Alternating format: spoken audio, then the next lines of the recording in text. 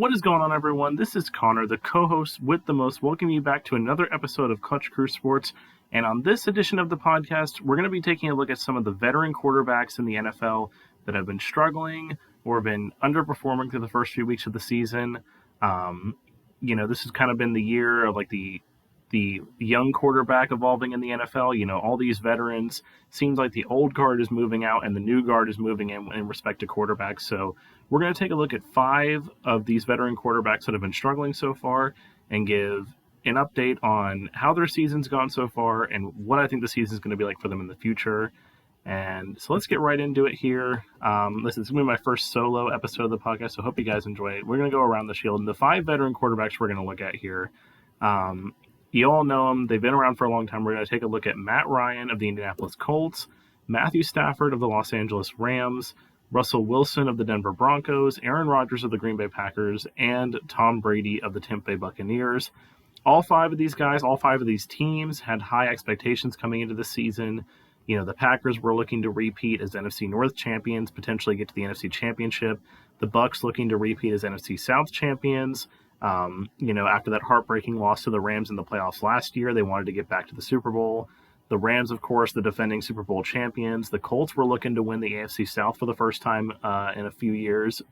And, of course, the Denver Broncos looking like, they brought in Russell Wilson, and everyone thought, that was the last piece they needed was a quarterback to do a good thing this season. And unfortunately, it hasn't worked out that way. So these are the 5 guys we're going to be looking at. I'm going to take it in order from this is going to be a weird ranking, but so all 5 of these guys, in my opinion, are future Hall of Famers. Brady and Rodgers, of course, no doubt first ballot Hall of Famers. Matthew Stafford, I think that Super Bowl win last year definitely gets him in. Russell Wilson, I think, gets in for sure. And I do think definitely not a first ballot Hall of Famer, but I do think one day Matt Ryan will get in as well. So we're going to basically kind of go in order of, if I were to rank these quarterbacks by how good they are, that's how we're going to go. We're going to go from least good to best. So, of course, that means Brady will be last. But we'll get right into it here with the first quarterback, and that's going to be Matt Ryan with the Colts. Now, like I said, the Colts, they came into this season with a lot of expectations. They missed out on the playoffs last year after losing to the Jaguars in Week 18. Carson Wentz, of course, was terrible in that game. And the Colts have been on this revolving door of veteran quarterbacks over the last few years. Ever since Andrew Luck retired, they had Jacoby Brissett as their quarterback for a year. Then they brought in Phillip Rivers for a year. He retired. They brought in Carson Wentz. They traded him away to the Washington Commanders and traded for Matt Ryan from the Atlanta Falcons. And needless to say, it's been a disappointing year for them so far.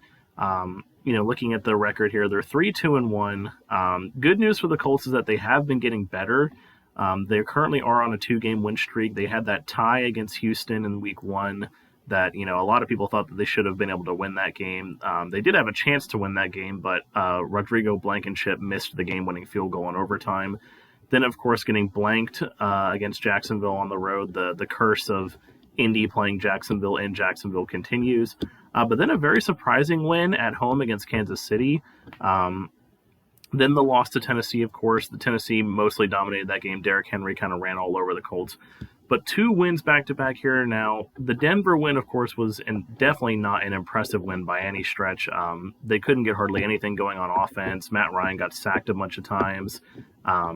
Really, just Denver, which we'll get to them later, was more incompetent on offense in that game, and they ended up being a 12-9 win. But a good solid win against the Jaguars this week. They got their revenge against the Jaguars. Of course, the Jaguars, I mentioned, like I said just earlier, that they won in Jacksonville, but the Colts got the win here. And looking at their upcoming schedule here, they still have a few division games left. They still get to play Houston one more time. They still have another game against Tennessee, which will be coming up this week. But looking at the rest of their schedule, they still play against teams from the NFC East, which normally that would be a good thing. Unfortunately, that's kind of a bad thing for the Colts right now, given that the NFC East has been a lot better this year than a lot of people thought. The game against Washington should be a win, but the Eagles are undefeated right now. The Cowboys, they'll have Dak Prescott back by the time they play them. The Giants have been the surprise of the season this year, being surprisingly good. And of course, it does them no favors that they still have to play against, the Raiders and the Vikings on the road as well, and against the Patriots on the road. So a lot of tough road games left. Looking at Matt Ryan's stats here, he's actually second in the league in passing yards, which is surprising given that the Colts, they're supposed to be a run-first team. Jonathan Taylor's definitely been struggling. The O-line's been struggling. Jonathan Taylor has been hurt the past couple of weeks as well. So they've had to turn to Phillip Lindsay and Deion Jackson in the backfield. And of course, the bad thing for Ryan as well, the touchdown interception ratio is not good. 8 touchdowns on 7 interceptions. That's almost a 1-to-1 ratio. You definitely don't want anything like that. And my thing for Matt Ryan is that, like I said, I think he's getting better. I think he looked really uncomfortable in this offense the first couple of weeks. And I know he's been under a lot of pressure. The Colts offensive line has not been doing very good. And it's hard to put up good numbers at the quarterback position when when your offensive line's not giving you time to throw and you're getting sacked all over the place. That being said, however, I'm not sure I see a whole lot of improvement coming out of this team. Like, I do think Matt Ryan will continue to get better as the season goes on, as he gets more comfortable in this offense. I just don't know if the rest of the team is going to be able to keep up with him and hold up and win some of these games. Because like I said, they have a tough schedule remaining. Their easiest games here, they have that home game against Washington, the home game against Pittsburgh, and the game against Houston at the end of the year. And that's really the only 3 games on this schedule that I can conceivably see them, being favored in and potentially, having a good chance to win. So a tough schedule going ahead. Like I said, I think Matt Ryan will continue to improve, but I don't think it's going to be enough for the Indianapolis Colts. And so for each of these quarterbacks, I'm going to give a prediction as to where I think their team will be and how their team will do the rest of the season. And my prediction for the Colts is that they will miss the playoffs. There's too much talent in the AFC, in my opinion, for them to stand out in this field. I think the Titans are going to win the AFC South. They're fighting with the Jaguars in this division, which, it was big for them that they got that win over Jacksonville. So now Jacksonville doesn't own the tiebreaker over them. But I still think regardless, they're not good enough to get into the playoffs in this stacked AFC field that they're going to be going up against. So I think the Colts are going to be eliminated, although I do think Matt Ryan will continue to improve. Moving on to the next quarterback here, which is going to be Matthew Stafford from the defending Super Bowl champion Rams. The Rams have also definitely been off to a very disappointing start to the year. They're 3-3 at the moment, second place in the NFC West, behind the 49ers, I believe. And the Rams are definitely suffering from the same problem the Colts are going to suffer from, a tough schedule going forward. They play again. They're on bye this week, but they play San Francisco the week after, which San Francisco really embarrassed them in their first game. Then they have to go on the road against Tampa Bay. Arizona is going to be a tough game because DeAndre Hopkins is now going to be back for this week, so they'll have Hopkins back. Really looking at their schedule here, again, if I'm looking for easy wins on the schedule, at home against Seattle maybe would be like an easy win for them, like an easy game. Seattle's definitely kind of cooled off a little bit as the season's gone on, but, I don't know. Like, they have a really tough schedule. Maybe if Denver's offensive struggles keep up in that game against Denver, but Denver's got a really good defense, and, the Niners exposed the Rams in that aspect. And the schedule's just been a struggle for them. They beat the Panthers this week, but everyone thought that they were going to be able to do that because the Panthers have headed into full rebuild mode. They got embarrassed by the Cowboys, embarrassed by the 49ers. They barely managed to hang on against the Falcons. They almost pulled the Atlanta Falcons and choked that game away. The Bills embarrassed them. Like, it's just not been a good year. And I think a lot of that's definitely, I'm not sure I would put all the blame of that on Matthew Stafford. Of course, looking at his stats here, the touchdown interception ratio is really bad. 6 touchdowns on 8 interceptions. You never want to have more interceptions than you do touchdowns. But, the real problem for the Rams is just this offense looks so dysfunctional. The offensive line's not doing very good. They're allowing the opposing teams to get to Stafford and put pressure on him. Cam Akers and Darrell Henderson have been very ineffective in the run game. It seems like there's been a lot of rumors that Cam Akers is going to get traded. And then outside of Cooper Kupp, no one in the receiving game has stepped up whatsoever. Allen Robinson's been a ghost all season. He actually had a pretty good performance against Carolina, which was the first good performance he's had all season, but he's been a ghost otherwise. Van Jefferson's been hurt. I know him coming back will help. Higbee's not really the greatest tight end in the world. So, again, really outside of Cooper Kupp, there have been no good receivers on this team. That being said, for the Rams, they still have a really good defense on the other side. Aaron Donald's still one of the best players in the league. Jalen Ramsey, although I think he's overrated, is still a really good corner. Bobby Wagner's been a great addition to this defense. So the defense, in my mind, will help keep them in these games. I'm not sure I see a huge amount of improvement coming out. Maybe getting rid of Cam Akers will help. Maybe that game that Allen Robinson had will be a good boost for him. I think the Rams, the fact that they're at 3-3 right now is kind of a miracle, and I think it shows that they are going to be able to pull out some of these games that maybe they shouldn't necessarily win, like that they don't deserve to win, but they are still going to pull them out. So, I think it's going to be more of the same, unless the offensive line really makes a turnaround. I think the same is going to continue for Stafford. I don't think this is going to be a good year statistically for him unless they can get the run game going. He still has the thing with Cooper Kupp. Him and Cooper Kupp are still going to be able to connect for, all these catches and all these yards and whatnot. Cooper Kupp, he's pretty much a lock to get like 8 catches for 80 yards and a touchdown every game. So that'll continue. And like I said, I think the Rams have a good enough defense to carry them forward. Unlike the Indianapolis Colts, I didn't think the Colts their defense has been struggling as well, which is why I don't think they're going to make it. The other thing in the NFC is I do think the NFC wild card is definitely very wide open. The Bucs should win the South. The Vikings right now look like they're going to win the North. The East is definitely going to be interesting. It's going to be tough to probably sneak into that last wild card spot. I don't know if I can see either the Giants or Cowboys keeping it up, but I do still think there's an opportunity there for the Rams. If they can beat San Francisco, they've already beaten Arizona once, so if they can beat San Francisco, then they could still conceivably win the division. It's going to be really tough, but I think they have a chance to sneak in. So my prediction for the Rams, I think they'll improve a bit. I think they'll get things figured out a bit, but they're definitely not going to go back to the Super Bowl, and they're definitely not going to they're not even going to get back to the NFC Championship game. I think they'll sneak in as a wild card team. I think they'll kind of sneak in as that 6th or 7th seed in the wild card round, but because I do think the NFC East is going to beat up on itself a little bit. So I think they'll sneak into the playoffs, but I think they're headed for a first-round playoff exit, no doubt in my mind. Like I said, they're definitely not getting back to the Super Bowl, and they're not going to defend their title. Moving on now to the Denver Broncos. Now, again, another team in this stacked AFC. I was talking about when I started this podcast that, the Denver Broncos, when it came to them, this was a team that everyone thought was like a quarterback away. We always hear about teams that are a quarterback away with great defenses, great weapons, but mediocre quarterback play holds them back. And that's where the Denver Broncos were at. They have a top-level defense. I think their defense was 2nd or 3rd overall in the league last year. They've got great weapons with Cortland Sutton and Jerry Jeudy. They did unfortunately lose Javonte Williams to a season-ending injury, but, Melvin Gordon's still a decent back when he's not fumbling the ball. And they did just sign Latavius Murray off the practice squad. He's definitely a very serviceable running back. And Russell Wilson, this guy, he's a quarterback who's been, he's been a staple of the league ever since he came in, won a Super Bowl in Seattle, lost another one. He had been a potential MVP candidate for a long time in his career. And just something is not working in this offense in Denver. Like, he just looks really uncomfortable in this offense. It doesn't look like they've made the offense for him. My dad and I always like to talk about when you have a superstar quarterback, when it comes to building your offense, you don't build an offense. You don't build your offense and then put the quarterback in your offense. You build the offense around them. And this is something that Denver actually struggled with when Peyton Manning came to town back in 2013. Manning, of course, went on to have the record-setting season. He won the MVP award.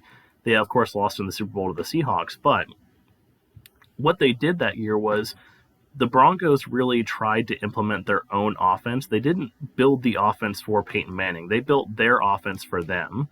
And that was the problem, was that they built the offense for them, and Peyton wasn't happy. When you've got a quarterback of Peyton Manning's caliber or of Russell Wilson's caliber, you build the offense for them. And it doesn't look like Nathaniel Hackett has done that. Like I said, Russell Wilson looks really uncomfortable. His stats show it. Only 5 touchdowns through the first 6 games, 3 interceptions. The Broncos are 2-4, quickly falling behind in the AFC West race. They're still ahead of the Raiders, but they did lose to the Raiders. They're only 2 wins coming against the Houston Texans, who, by all accounts, are the worst team in the NFL right now. And basically they should have lost to the San Francisco 49ers too, had it not been for Jimmy Garoppolo stepping out of the back of the end zone. Their upcoming schedule is a little bit more favorable. They have a couple of home games here. The Jets are definitely looking a lot better, so that's going to be tough. But they have a home game against the Raiders, which, they have a chance to win that. They play the Carolina Panthers. They play the Arizona Cardinals, which who knows what the Cardinals are going to be. But they do have a really tough stretch as well, playing against Kansas City. They still have to play those two games there. They have to play the Chargers again. They have to play against the Ravens. So it's going to be a tough road for the Broncos.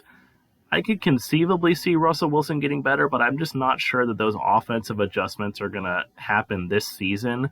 I'm not convinced that Nathaniel Hackett, I think Nathaniel Hackett's a terrible coach, and I think he needs to be fired already. But I just don't see those offensive adjustments happening. I don't see them getting put together.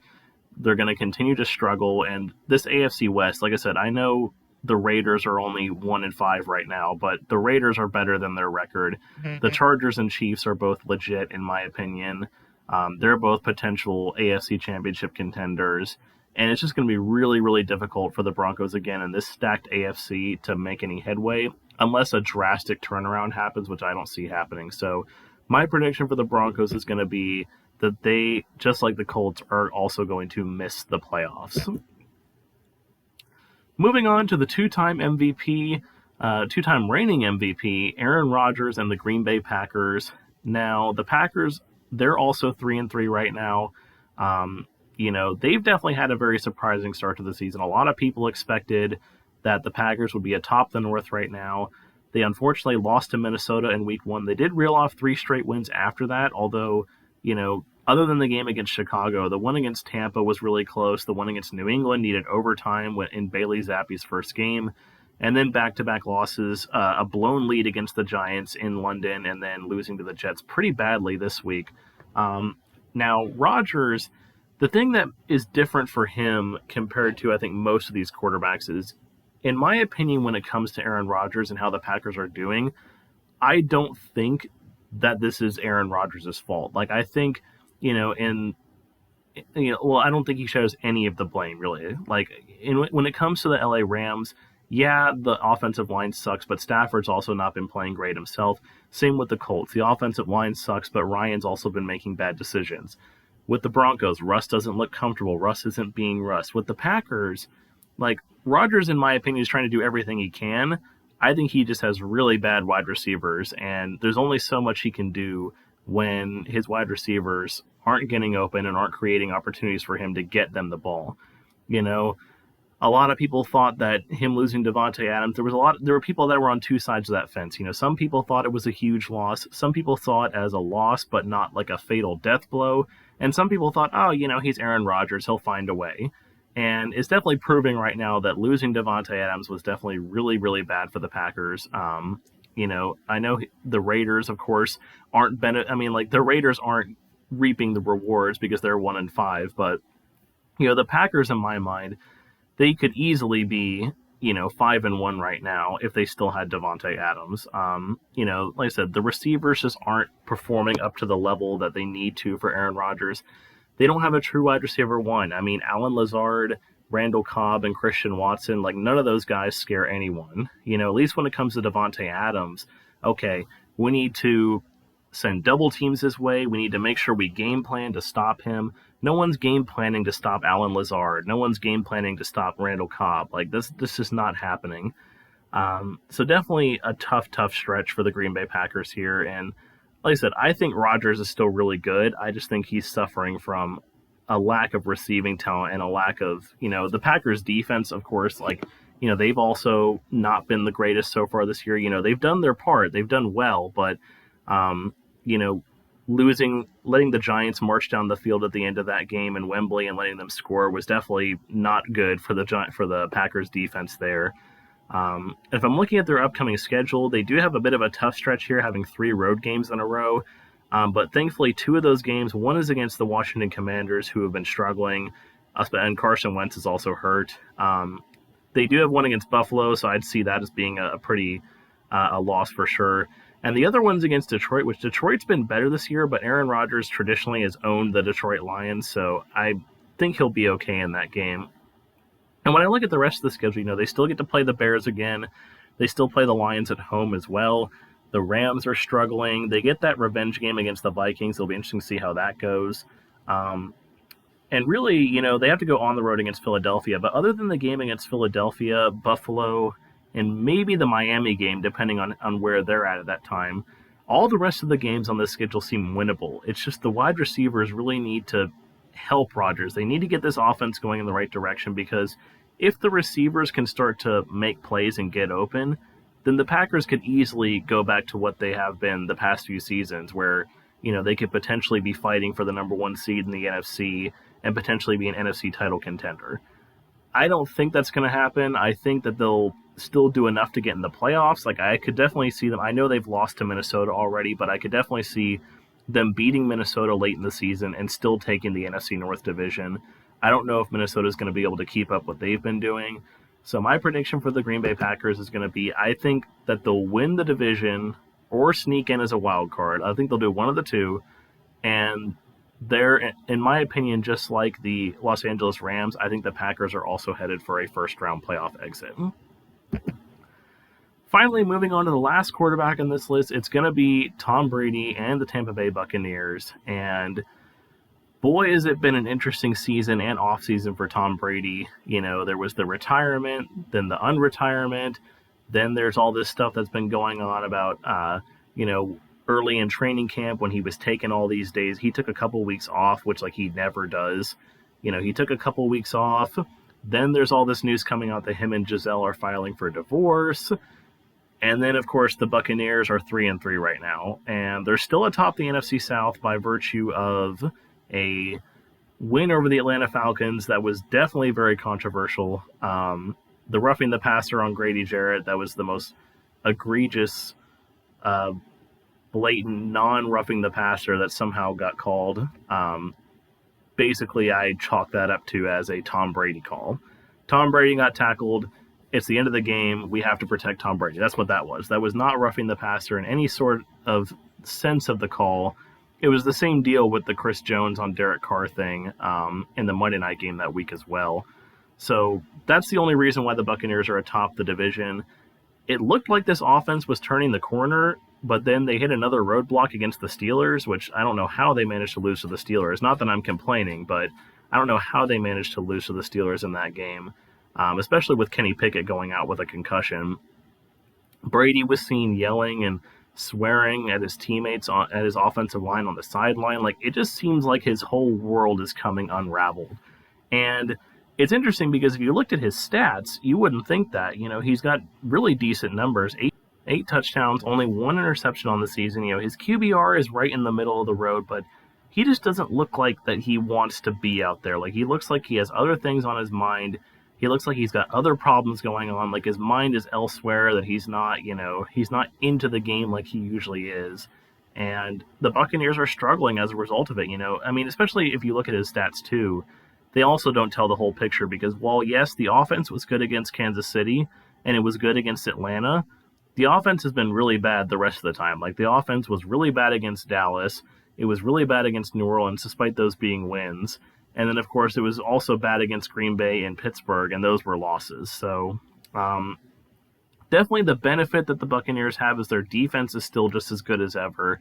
The defense is what's been keeping them in all these games that the offense hasn't been performing in. And that, in my mind, is what's going to have to carry them further through the season. Now, they do have a favorable schedule, of course, playing in the NFC South, one of the weaker divisions in the NFL. They still get to play the Panthers twice, which those should be 2 guaranteed wins. They still get to play against the Seattle Seahawks. They still get to play against Cleveland before Deshaun Watson comes back. They still have another game against Atlanta, which who knows where Atlanta's going to be by the end of the season. So the Buccaneers definitely, there's no question in my mind that this team is not going to win the division. They should easily win the NFC South, no question about it. It's just going to be a matter of, I don't see this team being able to do anything once they get to the playoffs. I just think it's going to be really tough for them to do anything. I think that, like I said, Brady's head looks like it's elsewhere. He looks like he's distracted. You never want to see the quarterback yelling at his offensive line on the sideline. The last thing you want to do is make those guys mad because they're the ones that are supposed to protect you. So just a very weird situation going on with the Tampa Bay Buccaneers. But that being said, I do still think they're going to win the NFC South. No question in my mind that they win the division. I think they'll be able to make it through the first round of the playoffs, but my prediction is going to be the same as what happened to them last year. I think they're going to get taken out in the divisional round, whether it be by like the Eagles or maybe even possibly the Giants, who knows. I think someone's going to take them out in the divisional round. I don't see them being able to make it to the NFC title game. I don't think the defense is going to be able to carry this team forward. The offense, like I said, even with the problems, it just doesn't look like they're in sync. Brady, Mike Evans isn't putting up the big numbers he usually does. Chris Godwin continues to have injury problems. Brady doesn't have Gronk to throw to anymore. It's just not working. So they'll make the playoffs, but I think they get knocked out in the divisional round. But thanks, guys, so much for watching. Make sure you give this video a like, leave a comment down below whether you agree with my take on these quarterbacks, disagree with my take. Do you think that they'll do better? Do you think that they'll do worse? Also, with Brady, he's going to retire after this year. I'm calling it right now. I think most people are too, but he's done after this year. That's going to be it. With everything that's been going on, I think this officially is Tom Brady's last season in the NFL. But again, like I said, leave your comments down below. Hit that subscribe button if you haven't already. I know we're on the farewell tour for Clutch Crew Sports, as this is going to be ending in February. So make sure you guys stay tuned in for these last episodes leading up to February. They're going to be a lot of fun. I'm going to make sure to pump them out. And until then, I will see you guys next time.